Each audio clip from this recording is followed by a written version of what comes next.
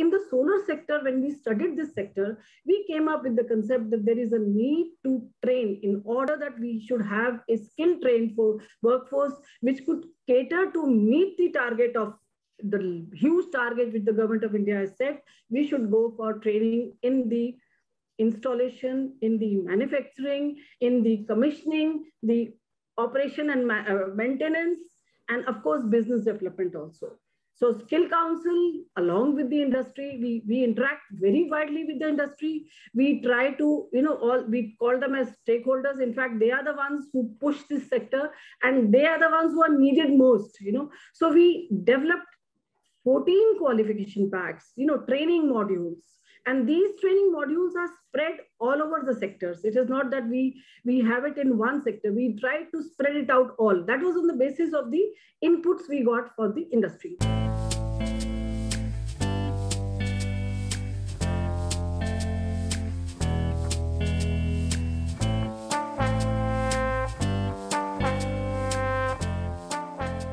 So very happy to see the fraternity here, and thank you very much for taking the time out and joining in today, and welcome to the Blue Circle.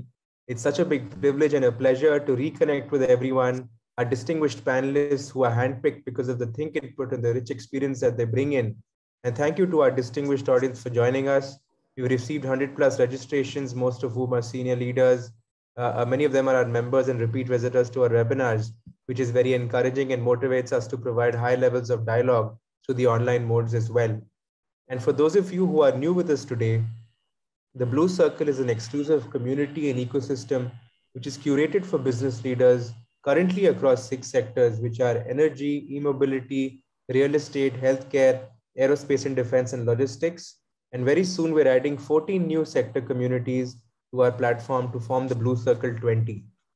We also present socioeconomic insights, which ultimately determine the evolving complexion of the market. And in response to the COVID challenge, the Blue Circle has also accentuated its digital presence.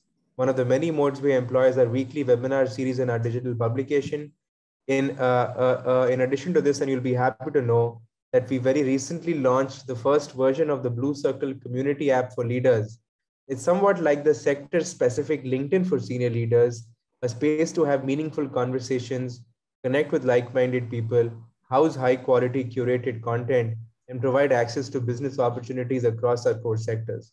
So those leaders among you who are interested, please do join us. I will share the link to the app in the chat section, and will also soon send in your invitation codes to our new guests post the webinars.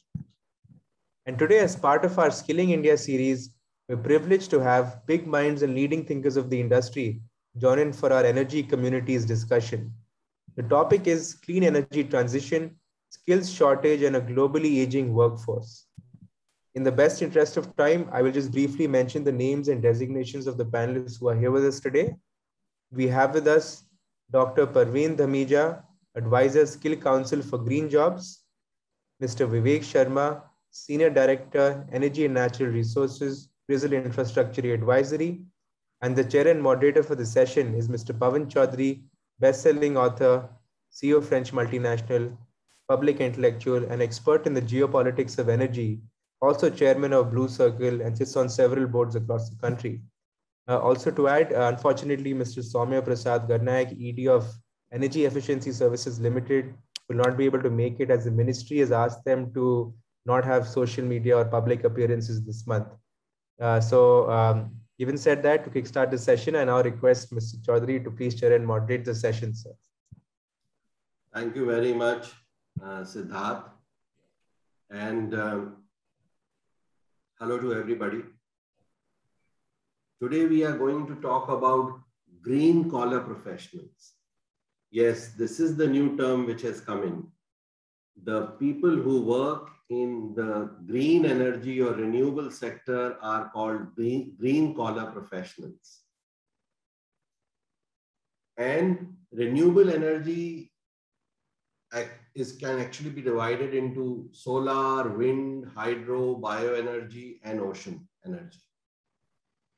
So we will focus on one or two of these more.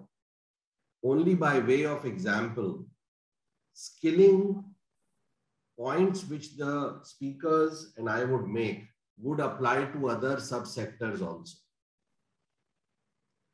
you know that the skilling effort requires financial flows and technology and capacity building.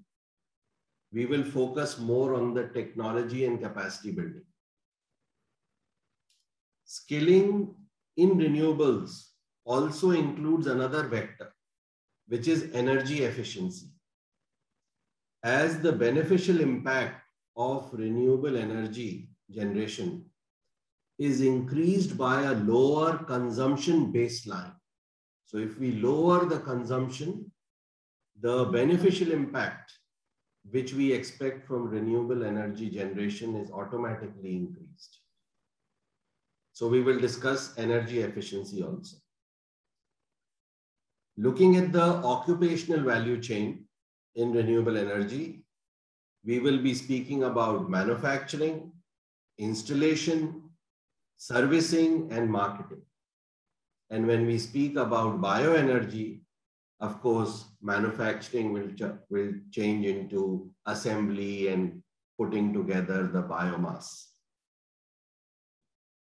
And when we speak about energy efficiency, we will be speaking on the 4 important subsectors, which are building, transport, commerce, and industry. The reference will be to these spaces where energy efficiency makes a maximum impact.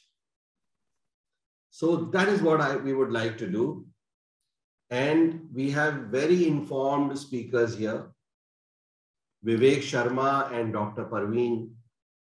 And I will start by passing the microphone on to Vivek Sharma and ask you, Vivek, what are your top thoughts on this space, whereafter we will go a little deeper into the market gap, skill gap assessment with the help of Dr. Parveen. Vivek. Yep. Thanks, Mr. Chaudhary, and thank you, Blue Circle, for inviting me as a guest panelist here. So I would be very specific, in fact, a little more on when you talk of clean energy transition, and that's what the topic I thought includes number of options, and it's not necessarily limited to our conventional clean energy option. Now, when I say conventional, because we have done pretty well on the wind side and also on the solar side. And now when I talk of clean energy transition, it includes multiple options which we are right now discussing or evaluating. Be it, we are talking of hydrogen mission, and there itself, we've again dissected and there is different terminology used, whether it is green hydrogen or for that matter, blue hydrogen or gray hydrogen. I think in clean, maybe gray might not fit in, but other two, green hydrogen clearly something fitting in. Blue, one can debate how well or how much it is clean in overall, in totality. And then the other dimension, and again, a lot of effort has been put by Government of India, and they've been working on the battery manufacturing, promotion of that, which overall also impact the entire automobile sector. And there, if you are talking of electric vehicle and related industries, and I'm talking about largely the manufacturing of batteries. I think these three technologies which I just spoke, and then followed by also the blending which we are talking of, so biofuels. I think we are talking of some technologies or the fuel option, which are still at the stage where a lot of skill assessment itself has to be done. And when we are talking of that, we have to go to a certain glide path where we adopt this gradually. These technology, whether it is chemistry cell or for that matter hydrogen cell, even in electric. The recently PLI scheme also qualifies hydrogen cell. Till now we were talking about more lithium battery, but it also qualifies that. All these technologies are still there. There is one need to test it on the ground. There's a lot of R&D work need to be required to be done. So the skill assessment, starting from the assessment of technology to its manufacturing, And then also the entire assembly line, and followed by for the fact that, how it will be reflected commercially on ground. I think the entire understanding of these concepts will require some degree of skills, and will also require some may come by reskilling. Like I think to large extent we have been successful in doing reskilling, and I'm sure Dr. Praveen will touch on that. There are a lot of skill development program or national skill mission under skill mission they have carried out. MNRE also has carried out with HRD scheme. So they have been successful to large extent. But I think it is a dynamic world we are living in. And I would, if I may use this, there are disruption we are talking of in clean energy. So there will be reset which we need to do if we are really serious on the other two missions which we are now talking about. And I'm largely right now talking about hydrogen mission and manufacturing this battery manufacturing. And third, you can also talk about the biofuels. All these three to be included and integrated itself will, call out for a skill assessment and skill gap, and therefore the reskilling or some new fresh skills. Globally also there is a challenge right now. There is a lot of R&D going on. In India also there is some degree of work is going on. But I think next, I would say not maybe immediate 1 year, but 1 to 10 years, this kind of skill assessment and the filling of that gap will be required to make the missions also successful. Excellent. So that's my opening. Excellent and very honest comments. You have said that the area is even more broader, and thank you for bringing in that, because you brought in hydrogen, which I had forgotten. And secondly, you have said that we are peering through the fog. We are looking at the skill needs also through the fog, because even foreign countries are not 100% sure, and we will go into the methods they are doing, they are adopting right now. They are not 100% sure about quantum and type of skills which are required, which will be required going forward. So great points and a great beginning.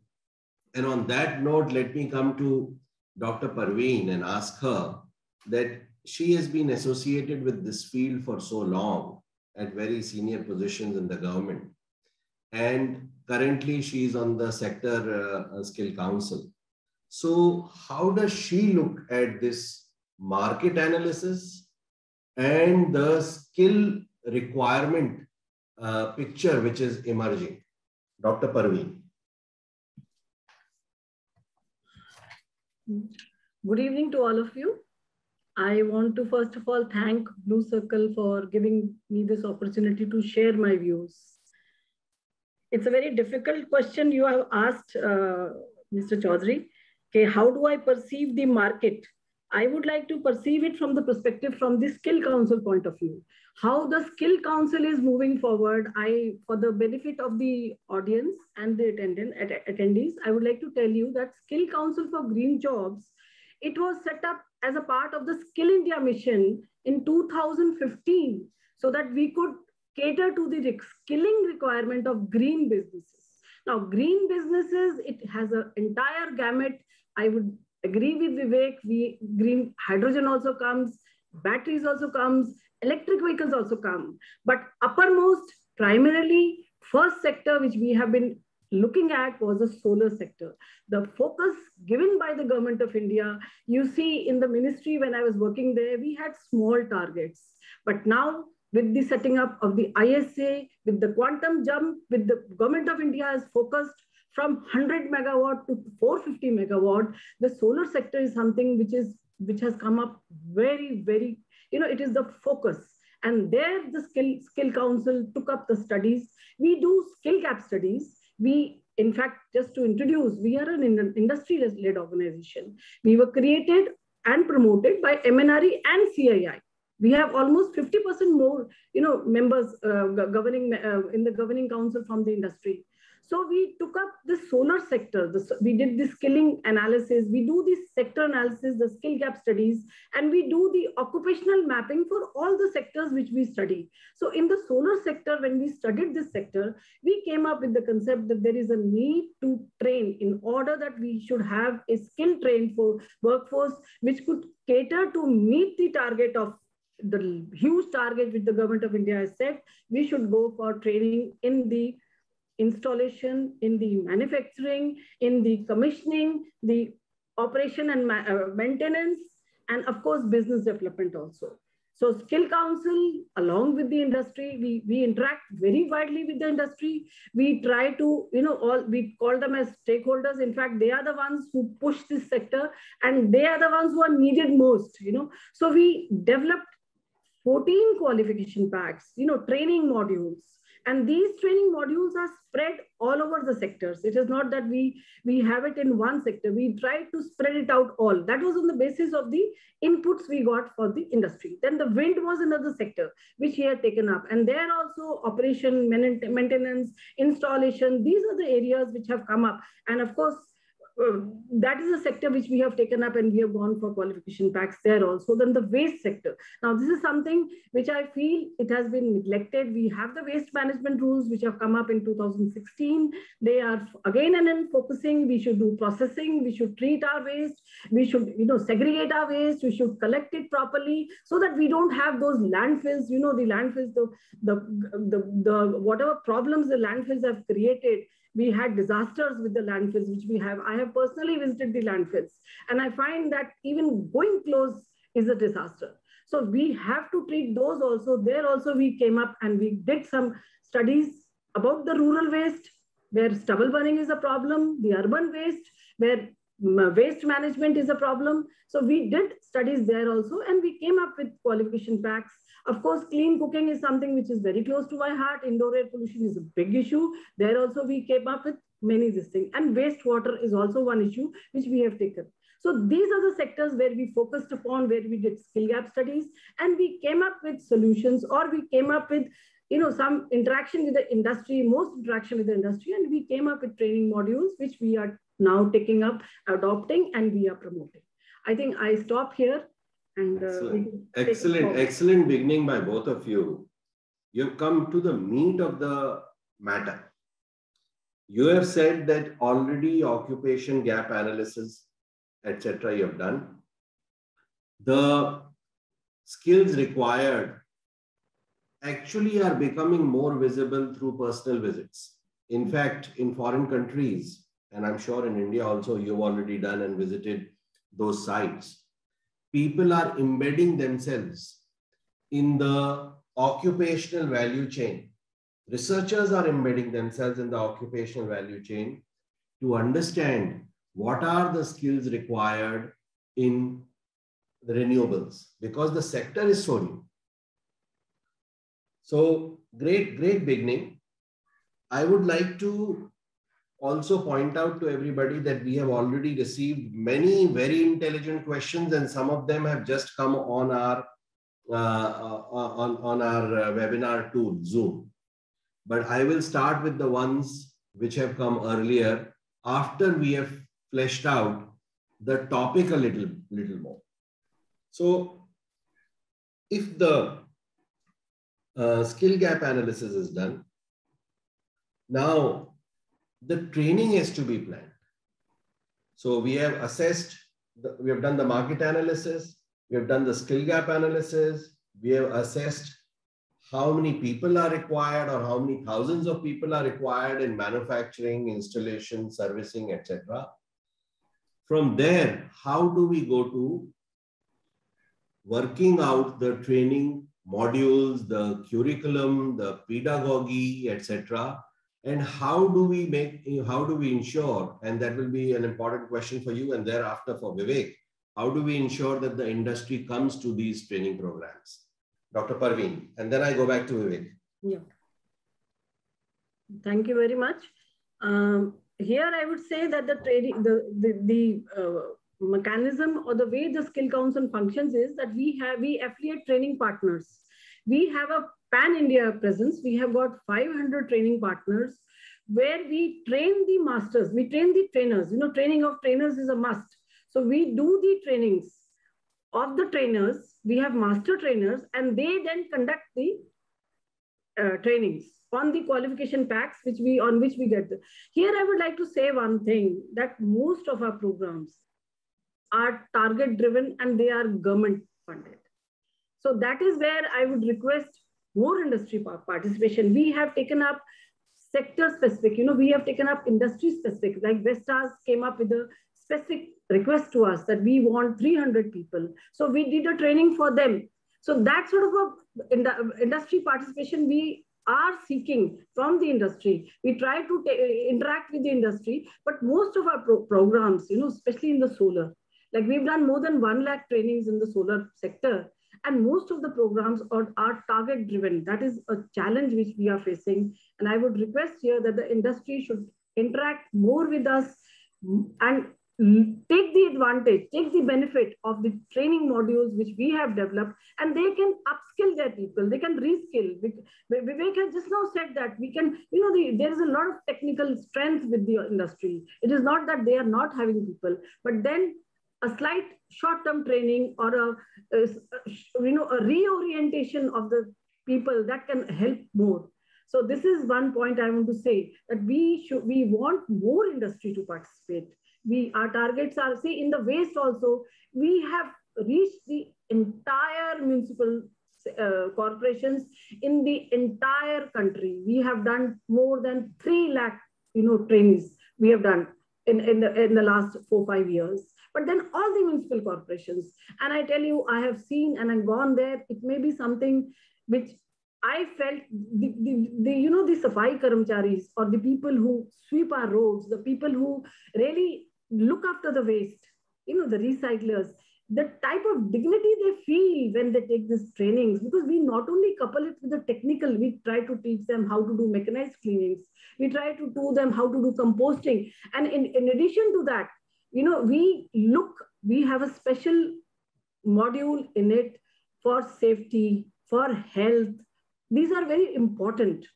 In fact, when the National Safai Karamchari Union asked us to do these trainings, they wanted us to interact with the family also, how they should maintain harmonious relations with their families. So training, I feel, is not just a technical training. It is a complete, orientation of whosoever comes for the training. So this is what I want to say. I think if you want me to, I can. No. I think you have beautifully summarized it.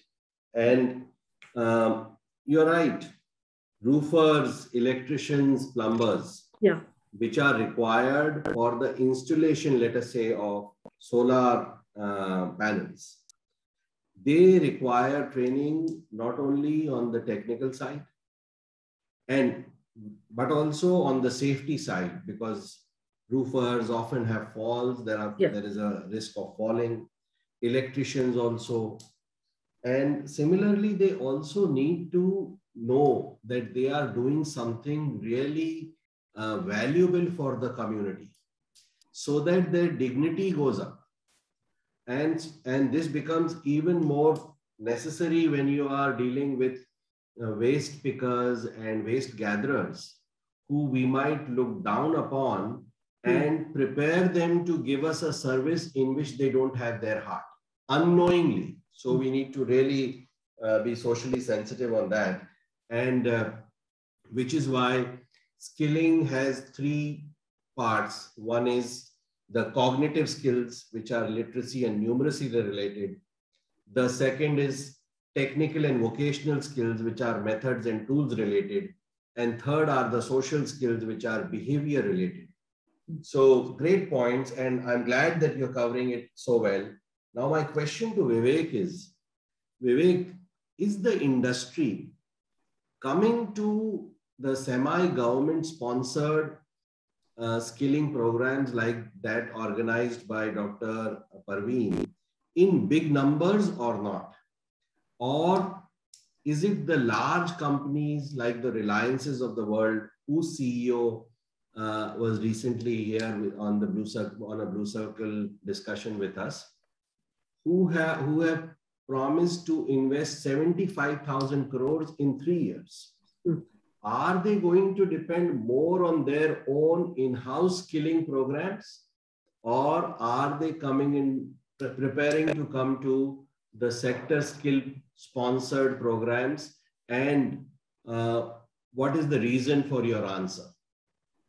No, I think again, the clear example which Dr. Praveen mentioned, that we have seen people participating for the trainings from industry very actively for solar. And if I have numbers, if I got it right, Madam mentioned that close to 1 lakh has been trained, and the CI is quite proactive. That's my understanding in terms of they coming up and taking up this program. Provided, of course, we need to think through the program itself, the co-curriculum, as you mentioned very rightly. What will be the content of that, and how we then, of course, position it, and who are the people who are going to train.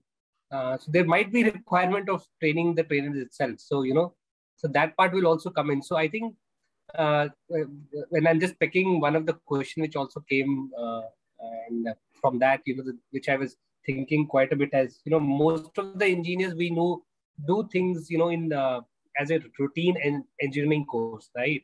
Whereas right now what we are talking of two things. One, we need to have some small crash courses or some additional delta courses which covers these new technologies and new engineering forms. That's one. And second, of course, there's a beautiful point I think somebody made, that need to look at things more in an integrated way, not in pockets. And that is something is important when we draft the skilling programs. And I'm sure industry will come forward. I don't see a reason for them to do it. And they are also right now won't be able to do it in-house entirely. I think they are looking out the availability of right skill-based training modules. I think if again I'm looking at question, somebody has asked that they want and they're asking that can you guide on availability of skill-based training module. I think, and that has come from industry person itself. So I think there is clearly a need. We need to look at and assess that need and put it in the right training modules, and whether it is crash courses or how long and what all it will cover, and will be more hands-on. I think all those things has to be looked at. Just one more nuanced point. I think in the new technology, when we talk, there are other aspects also which we need to keep in mind with the new entire environmental norms, and when we talk of say ESG also specifically. And you will see those, especially in the lithium battery manufacturing or recycling, there are a lot of environmental safeguard trainings will be required. So handling of these fuels itself, again, will be another area to look at. I thought I missed out that point, but it's quite nuanced for these particular technology which we are talking. Unlike, I won't say relatively simpler, the solar or a wind, solar technology. Wind is still slightly, there will be something or other. Yeah. Great. Super points. So I will come to the questions in buckets, but after a little bit of further fleshing out of the topic. So, Dr. Parveen, are you happy with the response which you are getting from the industry in terms of offtake of your training programs? Point number one. Secondly, what is the response of the industry to the tools and methods which are used to impart this training? And I am speaking about tools and methods which are physical in nature. Not the distant training, but the physical in nature tools and methods, whether on-site or in the lab or the classroom, where you have various, let me say, training devices. What is the response of the industry, and how do you rate the tools and methods in your programs? The first was regarding the placements you're talking. What is the offtake? So we have some figures that almost 80% of our people are placed who we train. This is we had done an analysis, and we had done a study where we found that 80% of the people were missing, because we have trainings in upskilling also. Like we have RPLs also. RPLs is that a person is already trained, he is already in job, we try to sharpen his skills or we try to upskill him. So that figure is there. And regarding the tools you said, I would like to inform you that we have those training partners. Now, training partners, they are the ones who should have, there is a certain criteria, there is a category, or there is a list of equipment which have to be available. The training partners are affiliated after inspections, after, there's a entire criteria which is there. So if those things are not available, if we find they are not up to the mark, we do not affiliate them. We reject them. So the training partners, in terms of the skills of training, it has to be, and we have been doing mostly offline only. It was only during the COVID that we had to go for some, and now we are starting again offline. So you have on-the-job training, you have site training, you have this thing. In fact, you will be happy to know that in world, like we have skill competitions where we invite our candidates or our students, and we do on-the-site installation. We see how our trainers, how our trainees, they do the, they do the technical work. That is also very important. And I want to share, in the world skills, last year we got a gold in wastewater, this thing. And this year we have trained, because renewable energy also is a skill which has been introduced in world skills. So we have trained people. The Skill Council has done this, taken this responsibility to train and the participants for the world skills. So this is a must. In fact, NICE, National Institute of Solar Energy, for solar, I'm saying they are the ones who are doing the trainings for Surya Mitra. The training partners whom they empanel are recommended by the Skill Council, are cleared by us, and they have to have all the facilities, all the requirement tools, facilities, handbooks, you can say presentations. We have got handbooks, participant handbooks for every training module or every training curriculum which we develop, which we impart. So these are all part of it. In waste, we have the kit also. We give the kit also to the, to the participants, in addition to the handbooks. So everything is there, and I feel it is sufficient. We can always improve on. We are trying to now, because of the pandemic, we got an opportunity to go for the e-learning. We are trying to, do online courses. We have developed a portal where we have some e-learning, online training we can do. I want to share, we have done online training for ISA in 42 countries. International Solar Alliance. I think all of you must be aware about it. This is the big boom of the day. We have done 42 there. We have trained bankers, we have trained installers, we have trained, and in fact, one course was done in Spanish also. So our trainers are there, and then regularly upskilling of our trainers also through international, this thing, GIZ. They have upskilled our trainers, the trainers which we had trained earlier. Now this year they have been trained by GIZ. Then with World Bank assisted also, we got to train the bankers. We got to train for grid, grid engineers. So that is a level that he was saying that they know the technical content. But again, some short-term orientation or a training, it helps them to sharpen the skills. Yeah? Absolutely. Yeah. So this is great points. Yeah. The point which you have made regarding upskilling. And hydrogen and blue hydrogen, this was something very close to my heart. In fact, biological production of hydrogen, I was involved. I wanted to do it when we were in the ministry. So here also, we will be requiring such sort of a skill gap study. We will have to study the sector as it evolves. And for bio-CNG, we are already doing it. The Satat program, it has given the impetus. The Govardhan program, and we are already, in fact, the biomass supply chain we studied the biomass supply chain because the Govardhan project came up, and we had a request that please, because stubble burning, we have to reduce. We have to cut it. But then for that, we have to give an alternative. So the farmer has to be trained how he can. In fact, this Holland people, the tractor people from Messrs. Holland, they were very actively involved. So I said, industry participation in our qualification packs, in our training modules is a must. And we get good participation from industry, but training we have to still push. That is there. Yeah.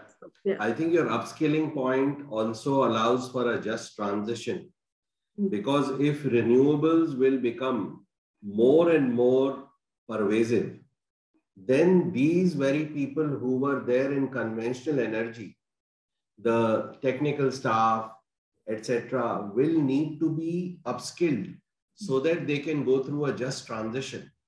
And some of them might also get a longer lease of vocation because they might turn into small entrepreneurs as they approach their retirement age, or if there is any kind of retrenchment, they might themselves turn into small entrepreneurs. So that is a great thing which you are doing. And it is also impressive to know that you have trained 42 countries of the ISA on your programs. Coming to Vivek, the companies which are going for these trainings are sending their people for the training. Are they happy with the pedagogy? Are they, secondly, finding that on-site exposure has been enough? Are they being able to make sure that those people are selected who are near the sites or near upcoming sites, so that there is not unemployment of these people who are trained because of locational inertia? Vivek. It's slightly difficult question for me to answer, but my sense is that it is more centralized with the decision making happens home to train, and they do keep in mind, the pipeline they have, the sites construction they have. That is certainly there, and as I'm mentioning, we especially on the solar side or wind side, I think this has been pretty well handled, and there are pretty good amount of courses which are there on the. But I'm still resting the point that we need to do many more of this, especially for the further emerging technologies and emerging areas.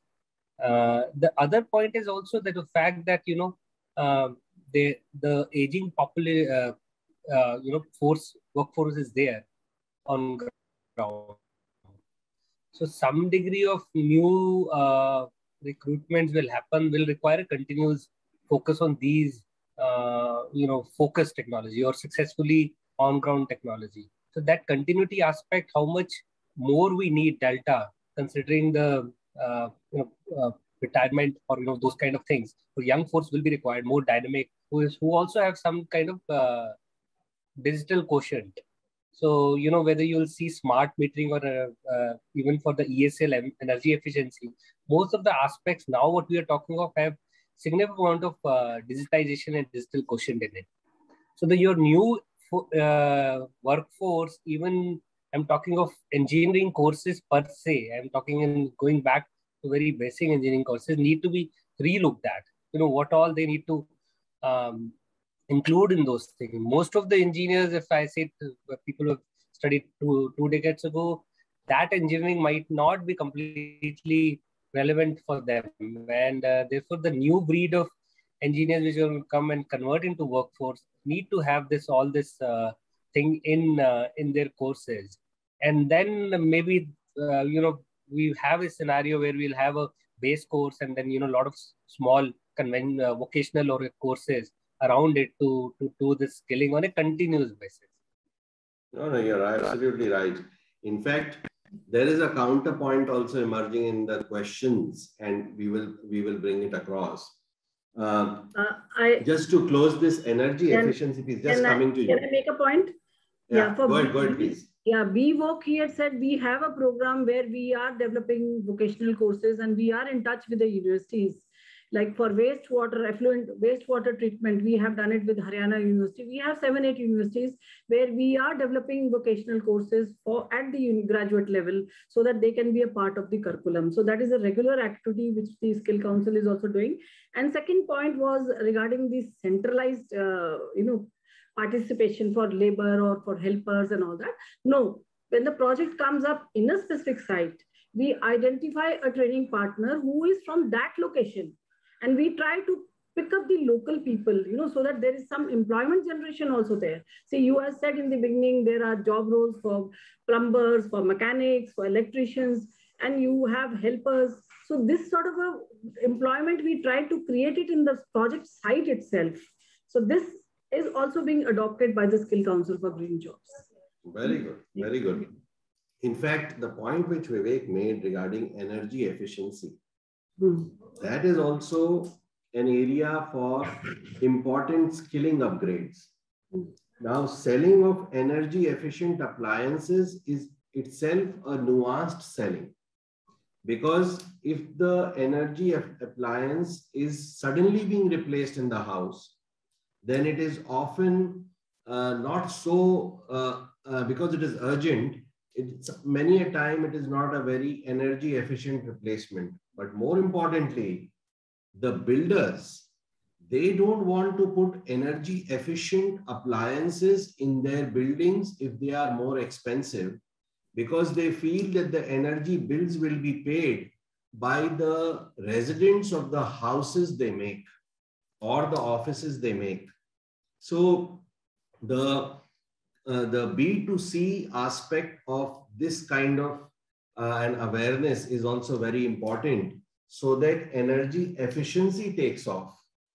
And energy managers, energy auditors are required, who were not earlier nomenclatures or job designations which were existing. So I think that was the point Vivek kind of germinated in the discussion. Now there are certain points which are coming regarding the rating. How do you ensure, Parveenji, how do you ensure that the quality of the candidate who comes out of your training is up to a particular standard? And how can his global mobility be ensured through that standard? And how can a lifelong learning for him be continued through that kind of a certification? Dr. Parveen. Yeah. आप बोलिए. In addition, I had talked about trainings. I had talked about these things. We have certain minimum qualifications or selection criteria for the candidates we select. That is one part. And after the training, there is a proper assessment. We have assessors who we empanel. Sector-wise, there is an empanel for the assessors we empanel, and there is a strict assessment done of this thing, and there is a minimum level of percentage which has to be obtained by the candidate before he is qualified for before he qualifies for a certificate. And it is not that whoever joins the training does get the certification. So it is there. There are people who have to drop out or who don't make it till the end. So it is there. We have a very strict system of assessment. That I would like to say. And how he can be a lifelong he can redo the courses, or there are better courses. He can do some short-term trainings, or he can come back to us, enroll with us for other courses. But lifelong connect, that I don't know how it will be there. I think it has to be through self. It is all self-learning, self-reading, and of course, self-connecting. That is very important. Also, perhaps global harmonization, because you have already training in 42 countries. Yeah. So you might be tomorrow exporting people you have trained to many of these countries. And in solar energy experience and expertise, we may have a unique advantage in years to come. Yes. So how we can globally harmonize the assessment system so that we are not stuck with the, let me say, alleged stigma that in our country, we are not giving marks very objectively, or rating is not very objective. So how is it that an organization like CRISIL, or the experience which it has in rating, Vivek, can come in. One of the questions is also pointing towards that, so that we are seen as great trainers, objective assessors. Our marks are relevant everywhere, anywhere in the world, so that if X course has been taken here with distinction, then that is accepted there and he can go to X+1 course. Vivek. Yeah, I think I have looked at that question and I've noted that is something which potentially we will also discuss it internally and pass on to the management. Yes, we have done in the past, some degree of assessment of the institutions, the big, but something I think maybe potentially we can think through and look at that. But I think the critical point here is, again, I'm saying that one, of course, some third party looking at and saying that the course is relevant, has the content, and therefore, the certification also gets is also validated. It's like, it's authentic certification to that extent, which may, you require more and more as we adopt this, whether I just mentioned about safeguard, environmental, there will be junior engineers who will be required to be certified to do that work. Now that certification, I agree, is important, and certificate from the course or the institute again becomes important. And some degree of rating or from other form is that, we do see the pedigree of the people who are going to train, or for that matter, what is the course itself. And I'm sure government will also acknowledge and give the final certification. So if the certification comes from the government, which I eventually do come, will to a large extent solve this problem.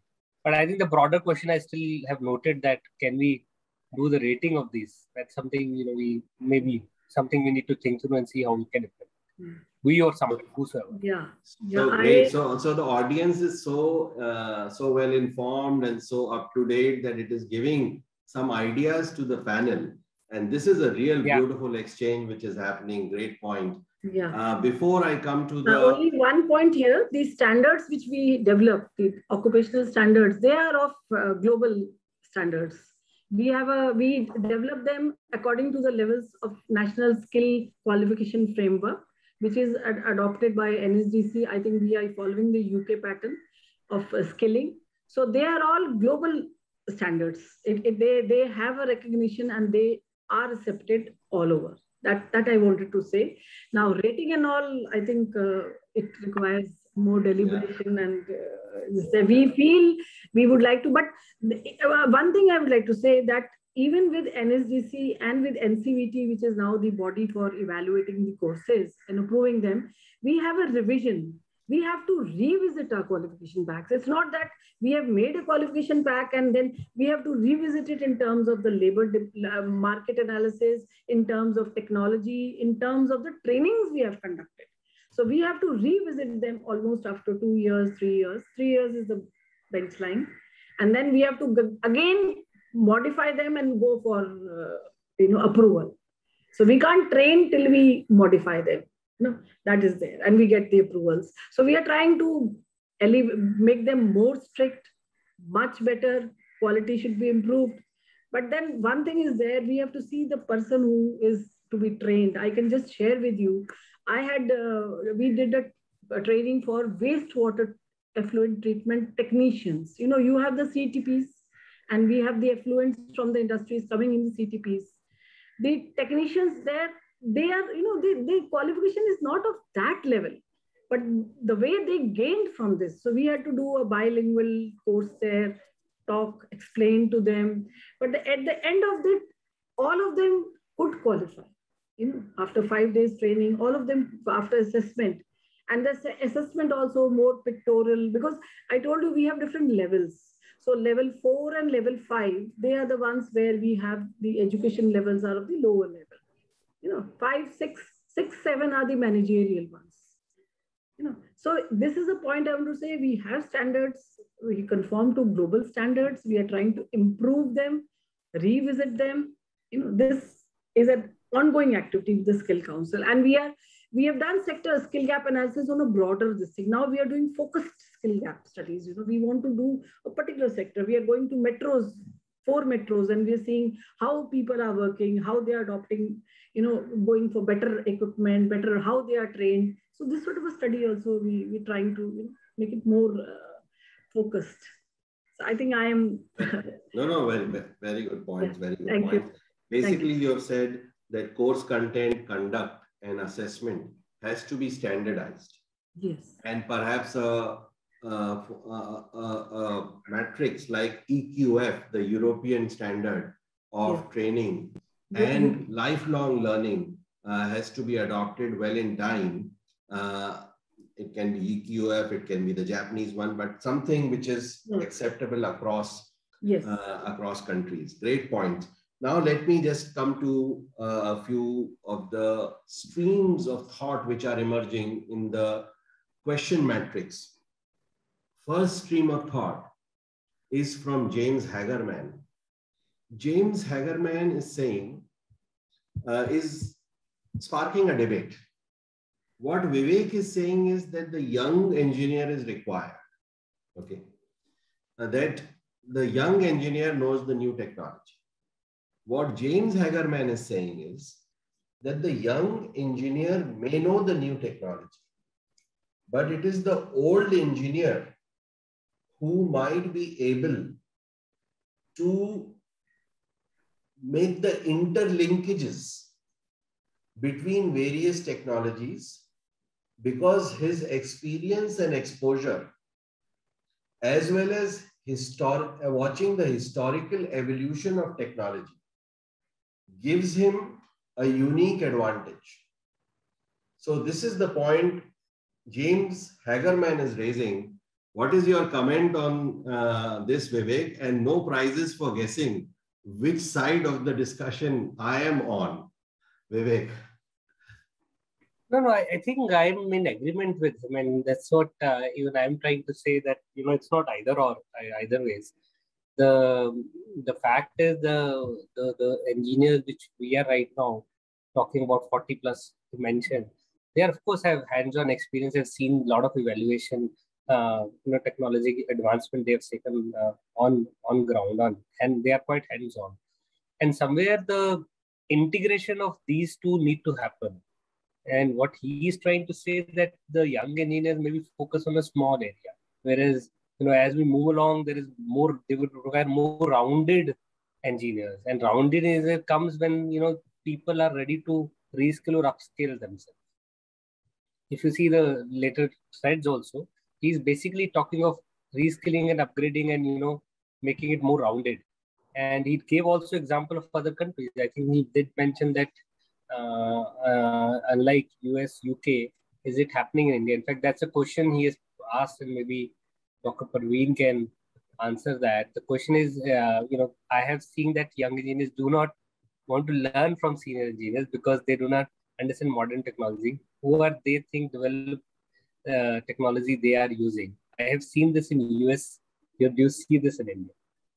So, I think, yeah. Yeah, if I were to come in.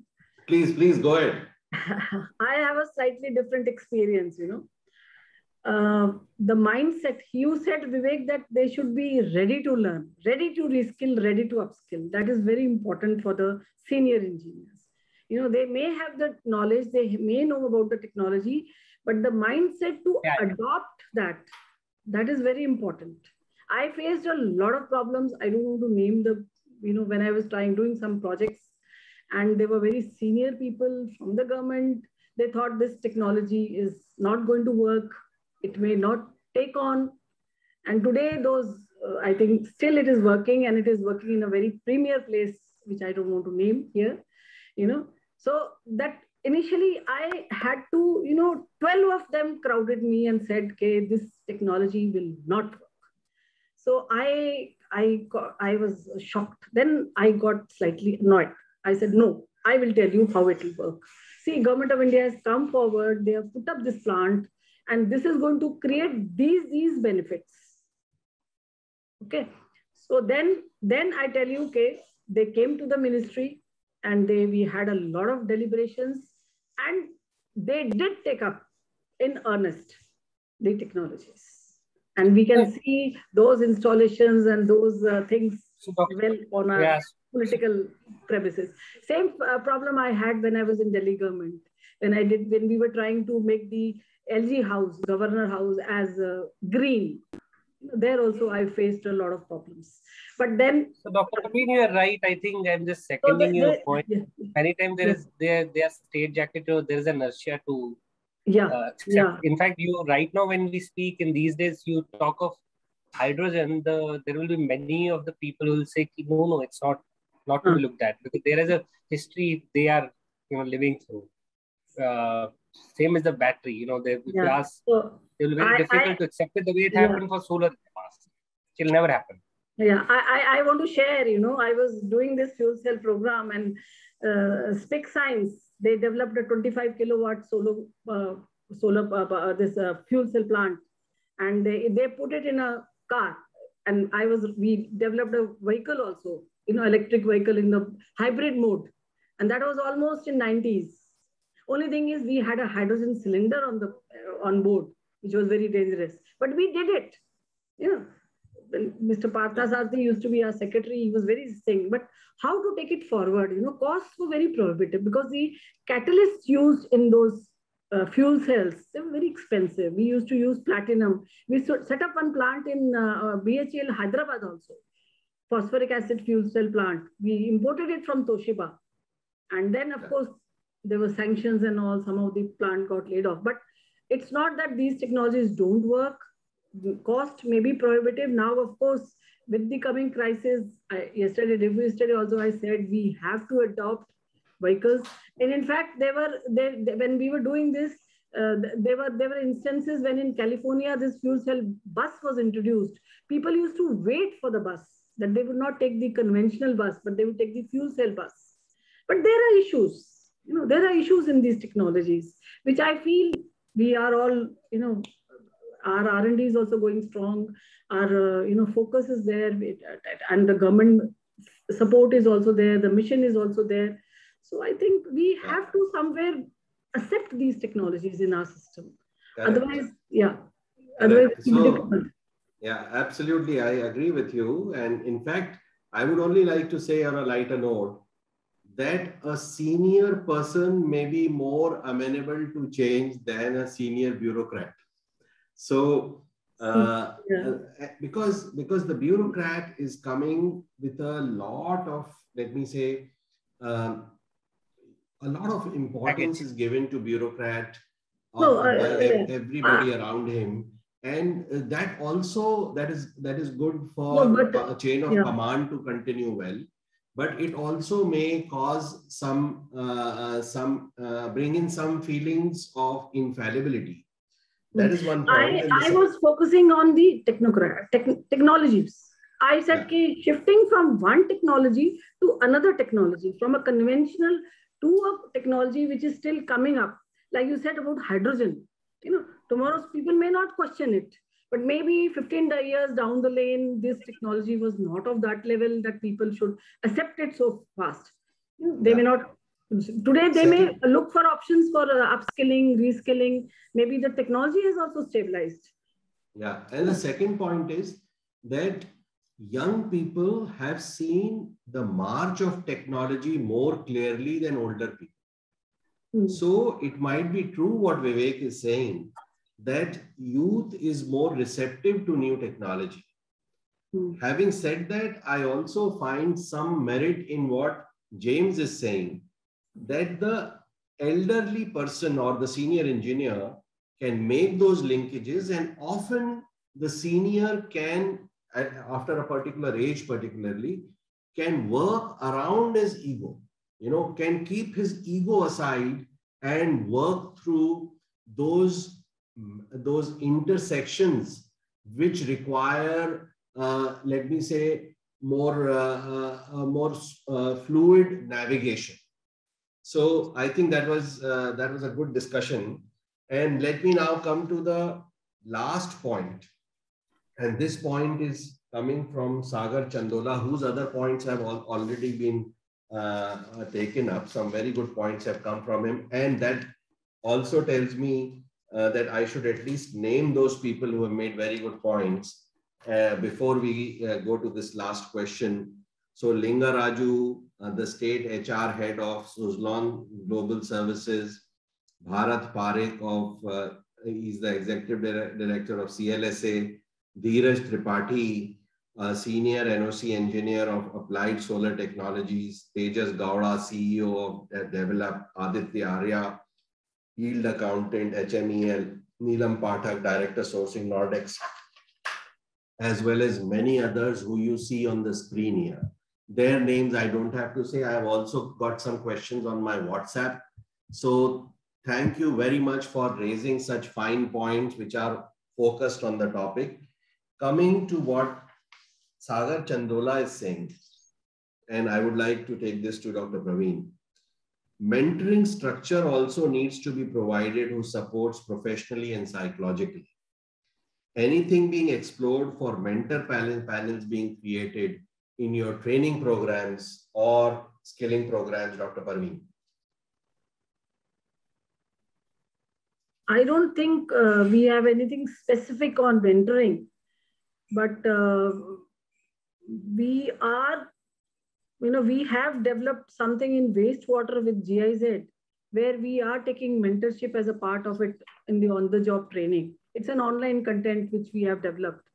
And but otherwise, mentoring as such, it is the trainer only who mentors, it is the trainer only who interacts.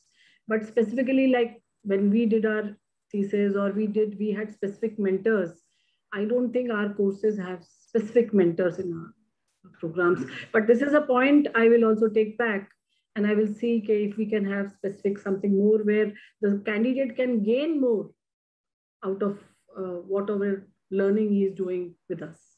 Yeah. That's wonderful. So Karl Marx has said philosophers have only interpreted the world. The point, however, is to change it. And we are really thankful for your easy acceptance of this point, because you are a change agent. And so the idea has come, maybe the change will follow. And it was a great discussion to have with both of you. And amidst a set of questions which were extremely well reasoned and well considered. So on that note, I thank you as well as the audience and pass it back to Siddharth.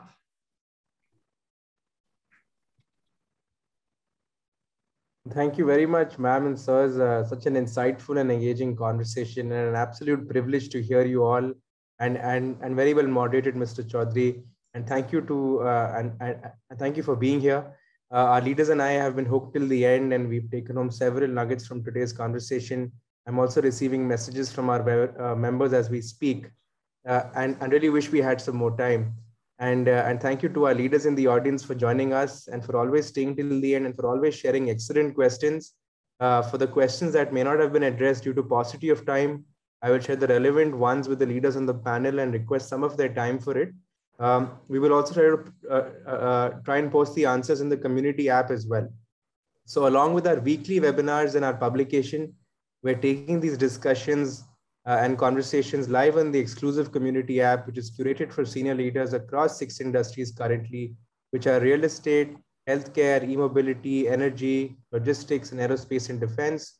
We're also adding new features and 14 new sector communities this month, which also have synergistic diversifications with each other.